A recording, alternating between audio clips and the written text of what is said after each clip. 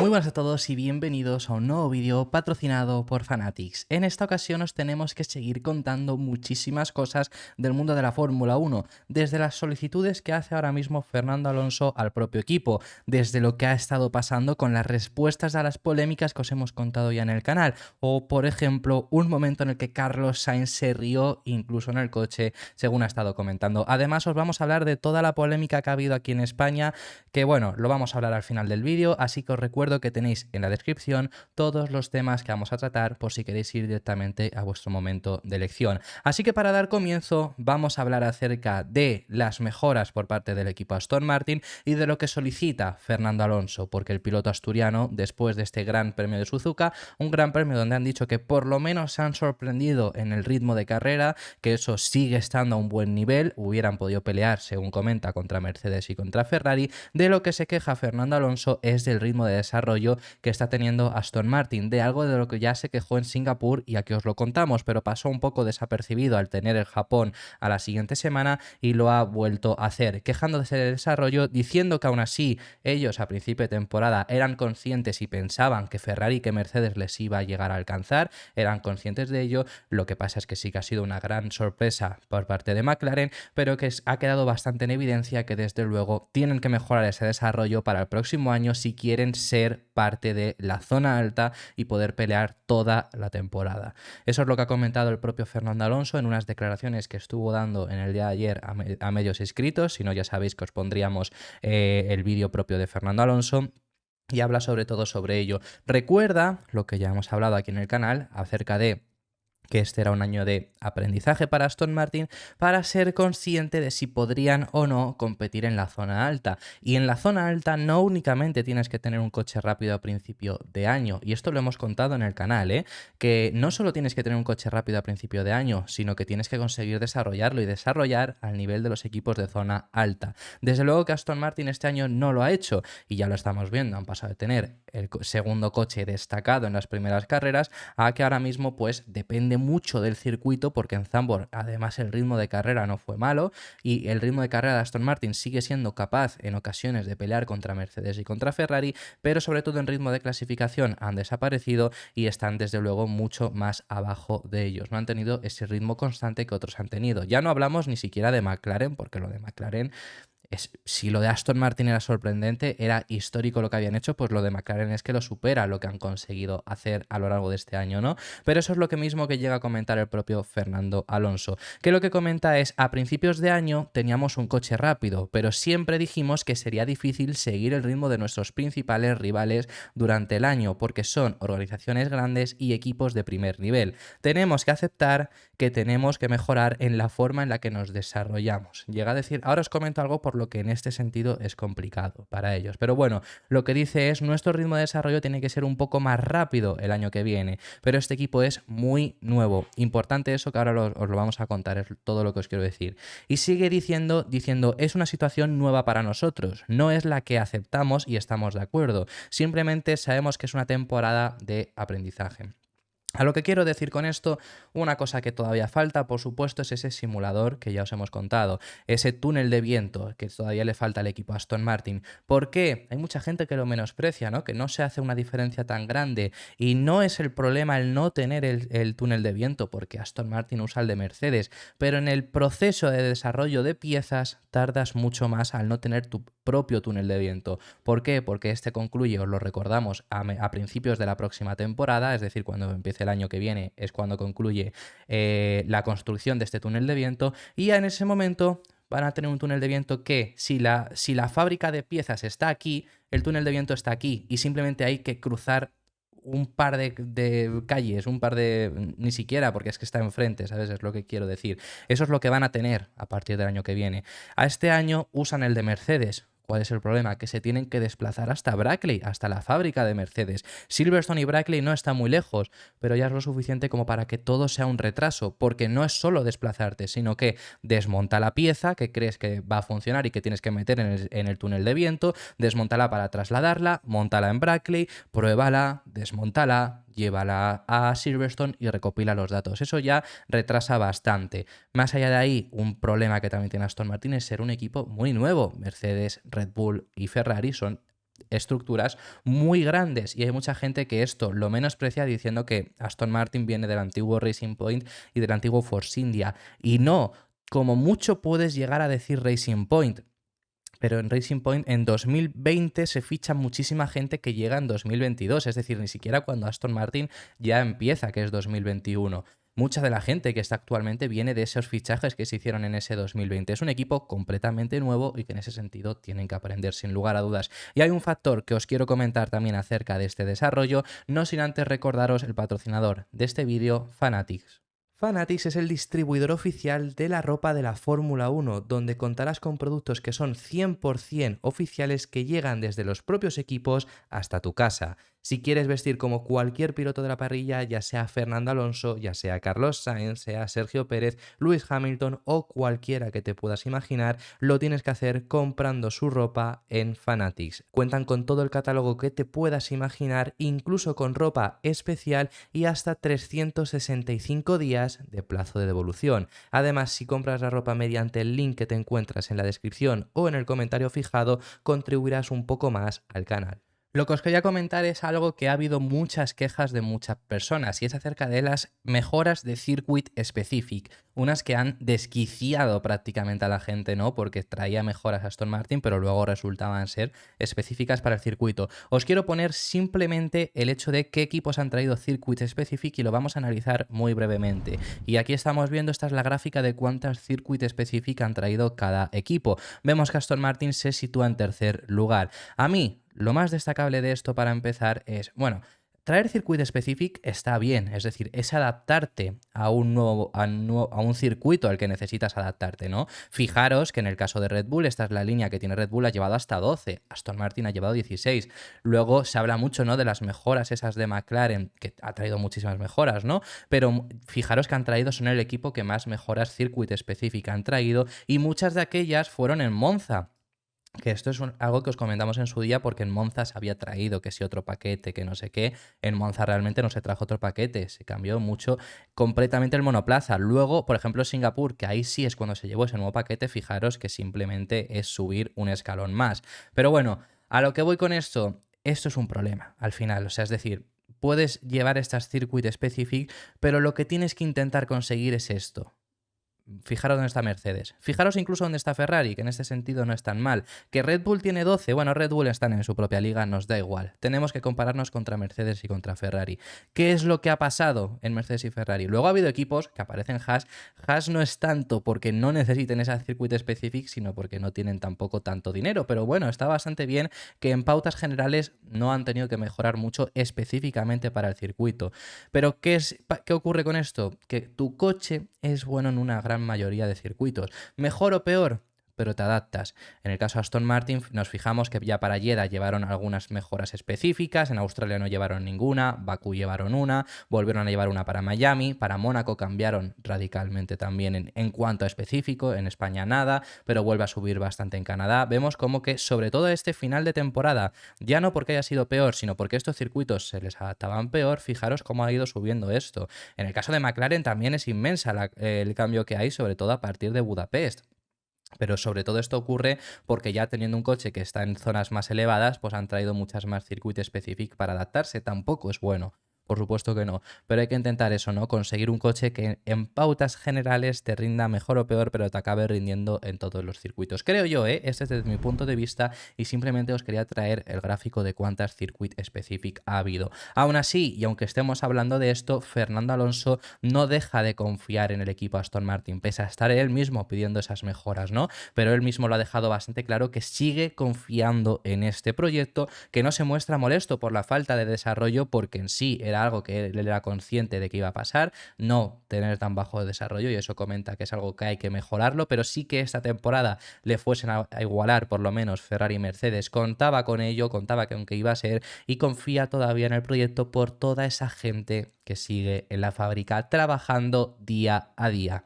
Eso es lo que comenta el propio Alonso diciendo: no estoy frustrado en absoluto, estoy muy contento con el proyecto e incluso en carreras difíciles como Singapur o Monza, todas nuestras reuniones son muy productivas. La motivación del equipo para convertirse en un equipo líder, los recursos y la determinación son extraordinarios y por eso no estoy muy contento, pero tenemos que aceptar que aquí todos tienen un nivel muy alto.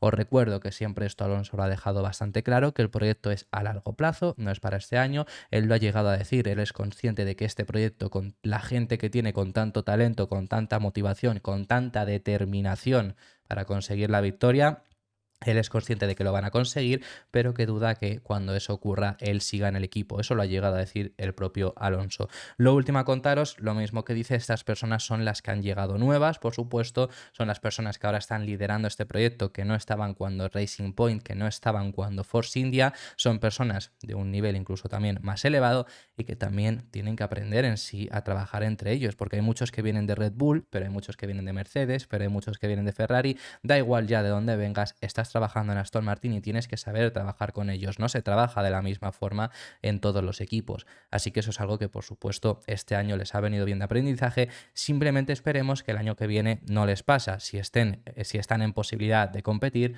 no les acabe pasando caer en picado tan grande de pasar de ser el segundo destacado a empezar a perder. Por supuesto, a esto se le suma, y no lo quito nunca, que le quitaron ese alerón delantero más flexible. Eso, por supuesto, se incluye, pero es algo que hay que, por supuesto, trabajar. Lo último a comentaros por parte de Fernando Alonso, de forma muy breve. Bueno, esta imagen creo que habla por sí sola. Hoy se cumplen 18 años. Creo que esta es de esas típicas imágenes, ¿no? Que las ves y sabes lo que suena en tu mente, ¿no? Pues bueno, se cumplen 18 años de este momento. ¿Cuál es? A lo mejor alguno no lo sabéis, por si acaso os lo cuento.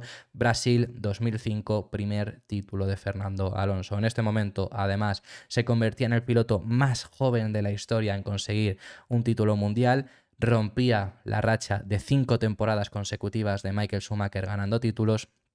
Historia pura y dura que cumple 18 años de ese primer título. Así que bueno, vamos a pasar de tema y os tenemos que hablar ahora acerca de unas palabras bastante interesantes sobre Carlos Sainz, hablando acerca del momento que se rió del propio equipo Mercedes. Esto se llegó a ver en la retransmisión porque él mismo se lo comentó a su ingeniero, pero luego, después de la carrera, lo ha seguido hablando y es acerca de ese momento del cual se divirtió, del cual se rió contra Mercedes por estar usando su truco. Esto es lo que ha dicho el propio Carlos Sainz. ¿A qué se refiere? A que el propio equipo Mercedes en este fin de semana usaron el truco de darle el DRS al piloto que está detrás para que no te adelante. Por supuesto, es un truco muy viejo, pero es lo que destacó muchísimo de Sainz en Singapur porque así consiguió la victoria, y Mercedes lo intentó para que no consiguiera pasar ni a Russell ni a Hamilton. Finalmente pudo pasar a Russell y además ha descrito cómo lo hizo porque, sabiendo que lo estaban haciendo, tuvo que afrontar de una forma un poco diferente esa última chicane para salir mejor en la recta.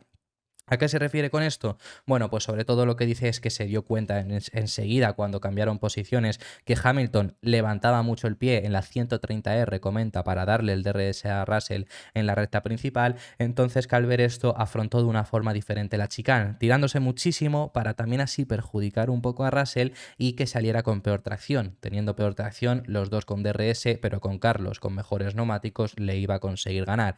Eso es lo que llega a decir, pero ese momento, ¿no?, de que se rió de ellos porque se dio claramente cuenta de que estaban usando ese mismo truco. Ahora os comentamos por parte de Mercedes porque han respondido ante esto. Bueno, lo han explicado un poco porque ha habido críticas de los dos pilotos, ¿no? Pero bueno, lo que dijo Carlos al respecto es: me estaba riendo en el coche porque podía ver a Luis retroceder en la 130R para dar DRS a George. Yo estaba como, tengo que asegurarme de atacar a George en la chicane. Si no los tiraba fuera de la línea, sería imposible pasarlos. Entré muy metido en la chicane, conseguí un poco de rebufo y luego usé el DRS, el rebufo y todo para pasarle. Ha sido realmente divertido y casi me cuesta la posición con mi propio truco.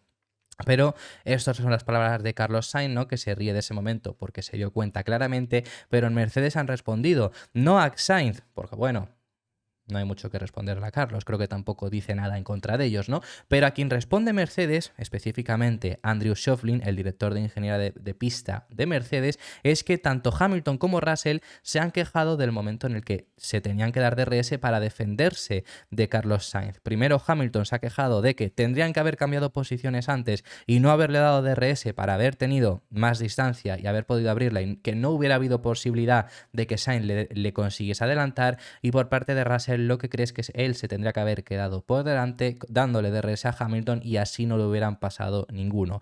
Desde Mercedes responden diciendo sobre todo que es muy difícil gestionar una carrera. Lo que hizo Sainz en el Gran Premio de Singapur tiene muchísimo mérito por hacerlo dentro del coche en plena carrera, es decir, es algo que no todos los pilotos pueden llegar a hacer, y es lo mismo que comenta, ¿no? Que es muy difícil gestionar y que ellos creyeron en ese momento que era lo mejor posible para conseguir la máxima cantidad de puntos. Finalmente, aún así, maximizaron el resultado porque Sainz iba más rápido que ambos y le hubiera adelantado a los dos si no hubiera sido por la actuación de Mercedes, pese a las quejas que tienen los dos pilotos.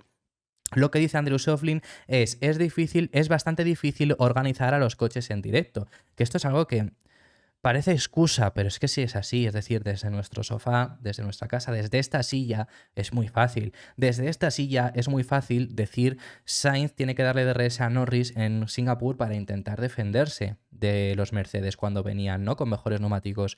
Pero ni Ferrari se dio cuenta, y no es problema de Ferrari, mira que nos quejamos mucho, ¿no? De que fallan en estrategia, esta misma carrera lo hicieron, pero ahí no es problema porque es muy difícil ver eso. Es muy difícil pensar en voy a darle el DRS al piloto de detrás intencionadamente porque no me va a adelantar y así se va a poder defender mejor de los rivales. Es muy difícil ser consciente de eso y Sainz lo fue. Es muy difícil gestionarlo en carrera. Desde esta silla es muy claro. Desde vuestro sofá, desde vuestra casa es muy claro.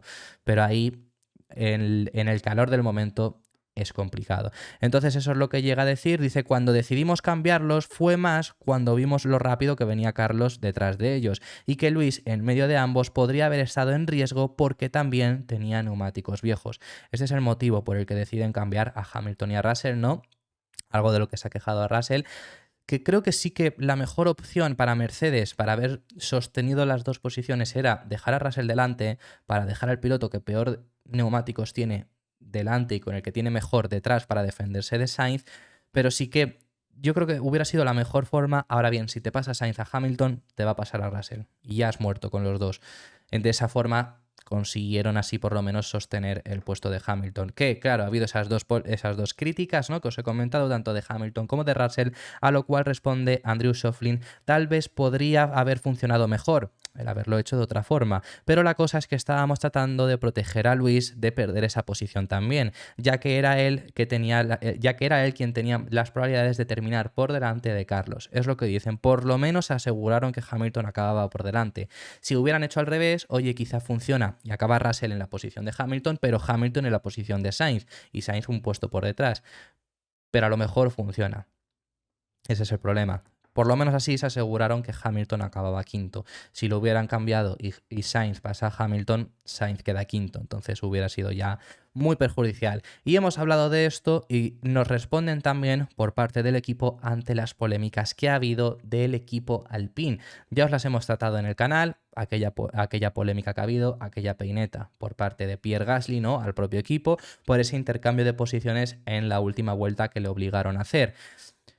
Aquí hay opiniones encontradas. Hay quien entiende la decisión de Alpine, hay quien entiende la forma de reaccionar de Gasly, hay quien no la entiende. Yo os voy a explicar lo que dicen desde Alpine y ahora os cuento un poco mi opinión al respecto. Pero bueno, desde el equipo Alpine lo que han dejado bastante claro es que no hay ningún problema.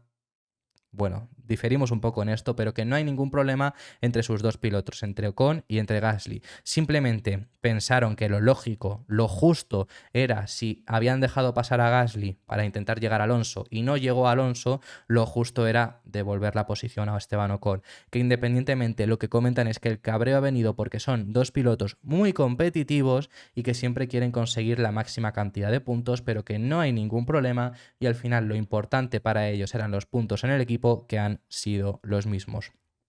Eso es lo que ha dicho. Textualmente esto lo ha dicho Bruno Famín, por cierto, que no lo he dicho, que es el jefe del equipo Alpine, el sustituto de Otmar Szafnauer, ¿no? Pues lo que dice es, no tenemos ningún problema entre los pilotos. Seguimos, ¿no? Porque creo que no hace falta ni hablarlo. Creo que es porque todos luchan por conseguir sus mejores resultados, lo cual es normal, y por lo que se les paga, pero también se les paga por conseguir los mejores resultados del equipo. Por supuesto, con el estrés de la carrera puedes que tengas algunas declaraciones que sean un poco fuerte, pero no tengo ninguna duda de que los pilotos están juntos en la misma dirección. Para tener el mejor resultado del equipo, dejamos a Gasly delante de Ocon para tener la posibilidad, aunque fuera pequeña, de intentar alcanzar a Alonso. Esto finalmente no fue posible, así que volvimos a cambiar y es normal. Aquí hay diferentes opiniones. Es normal por parte de Alpine que devolvieran la posición. Creo que no hacen nada malo. Creo que es lo que... Si yo me pongo en la tesitura de qué pasa, por ejemplo, nos vamos a poner el caso de Ferrari, ¿no? Que suelen ser un equipo que en muchas ocasiones han actuado con esas órdenes de equipo. Ponte en la tesitura de que está Sainz delante y le hacen dejar pasar a Leclerc para intentar llegar al piloto de delante porque viene con mejores neumáticos. Oye, creo que es justo que se devuelva la posición a Sainz si Leclerc no ha llegado. Es algo que ha pasado en alguna ocasión en muchos otros equipos. El problema aquí está en las palabras de Gasly y creo que ahí también lleva razón. Creo que Alpine le facilita la vida diciéndole a Ocon que no pelee con él porque le deje pasar a Gasly porque es su compañero de equipo. Creo que le facilitan la vida. Creo que Gasly lo hubiera pasado porque Ocon venía con unos neumáticos mucho más usados. Y esa es la justificación que tiene Gasly a ese cabreo enorme y también puedes estar de acuerdo con ello, que si no hubiera sido por esa orden de equipo, Gasly aún así hubiera conseguido adelantar a Ocon. Así que yo os dejo que penséis, os he dado las dos versiones, las dos opiniones, os dejo que penséis lo que prefiráis. Ya para concluir, tenemos que hablar acerca de la polémica que se ha mostrado en España, con DAZN, con ciertos comentarios, ni siquiera no los quiero ni poner aquí, y bueno, y luego ha habido encima polémicas por si relación con Fernando Alonso por parte de Lobato y demás. Lo primero que os tenemos que hablar acerca de Antonio, acerca de Lobato, ya sabemos, narrador de la Fórmula 1, no me voy a meter en opinar al respecto sobre esto, pero se hizo muy viral en redes sociales un comentario que hizo con respecto a Michael Schumacher. Lo podéis buscar, lo vais a encontrar fácilmente. Repito, no me quiero meter con este comentario. Me parece, sinceramente, que está sacado de contexto para empezar y que, más allá del contexto, porque aún así no es una cosa con la que haya que bromear, creo que sí que no ha sido lo peor que ha pasado con Schumacher. Es decir, ha habido entrevistas falsas que las han publicado como tal. No es justificable, pero quiero decir que se ha montado lo mismo que en aquella ocasión y creo que lo suyo era mayor. Creo que no es justificable. Por parte de Antonio se ha disculpado, ha pedido perdón, ha comentado que es algo que, oye, después de muchas horas de trabajo le salió y si te ves el clip realmente esto sí que comenta, sí que es verdad que en ese mismo momento rectifica un poco, es decir, se callan, no dicen nada, hay mucha gente criticándolos porque se ríen, pero ya se estaban riendo, no es por el comentario en sí. Bueno, yo no me voy a meter más al respecto sobre ello, simplemente decir que Lobato se ha disculpado ante ello, ya lo que queráis perfectamente pensar ante ese desafortunado comentario que ha hecho. Por parte de la relación, únicamente os comento, por parte de la relación que hay entre Lobato y Alonso, lo que ha pasado en este momento, ¿no?, que estamos pasando, ¿no?, de chisme, por así decirlo. Lo que pasó en el día de ayer es que Paco González, que es un periodista, por si no lo conocéis, de aquí de España, que está en la COPE, que a Antonio Lobato ha fichado por la COPE, por así decirlo, para estar en el programa de las noches en una sección los lunes. Alguna vez os hemos hablado acerca de esa sección. Pues Paco González, que es el director de deportes de la COPE, comentó que la entrevista que dio Alonso a la SER, que se la dio por verano o así, ¿no? Si yo recuerdo que trajimos algún clip de aquella entrevista, pues eso se lo dio porque está muy cabreado con Lobato y que cuando se anunció el fichaje de Lobato por la COPE le dio una entrevista a la competencia, que es la SER, ¿no? Es la otra radio importante aquí en España. Entonces se ha confirmado con esto lo que aquí en el canal os hemos venido hablando. Alonso estaba muy raro con DAZN, lo hemos comentado en alguna ocasión, da las declaraciones exactas y cuando todo está bien, pues bueno, parece que no es tan no es tan visible, pero sobre todo creo que Singapur quedó bastante claro porque las declaraciones en DAZN fueron inexistentes, mientras que habló con el resto de medios españoles que estaban allí y por supuesto con los medios británicos. Creo que fue la carrera que más visible quedó, aparte de Bakú, que también fue una carrera que se notó bastante. Esto viene de antes, en teoría, según he estado informándome, pero bueno, no me quiero meter más, simplemente quería comentaros que efectivamente lo que habíamos insinuado de, oye, pasa algo entre Alonso y DAZN, se ha confirmado, ¿no? Que hay ese, por lo que sea, lo que comenta Paco González es que Alonso directamente o el entorno de Alonso están muy cabrados con Lobato. ¿Motivo? Por ahora no lo sabemos. ¿Lo sabremos algún día? Si ocurre, os lo contaremos.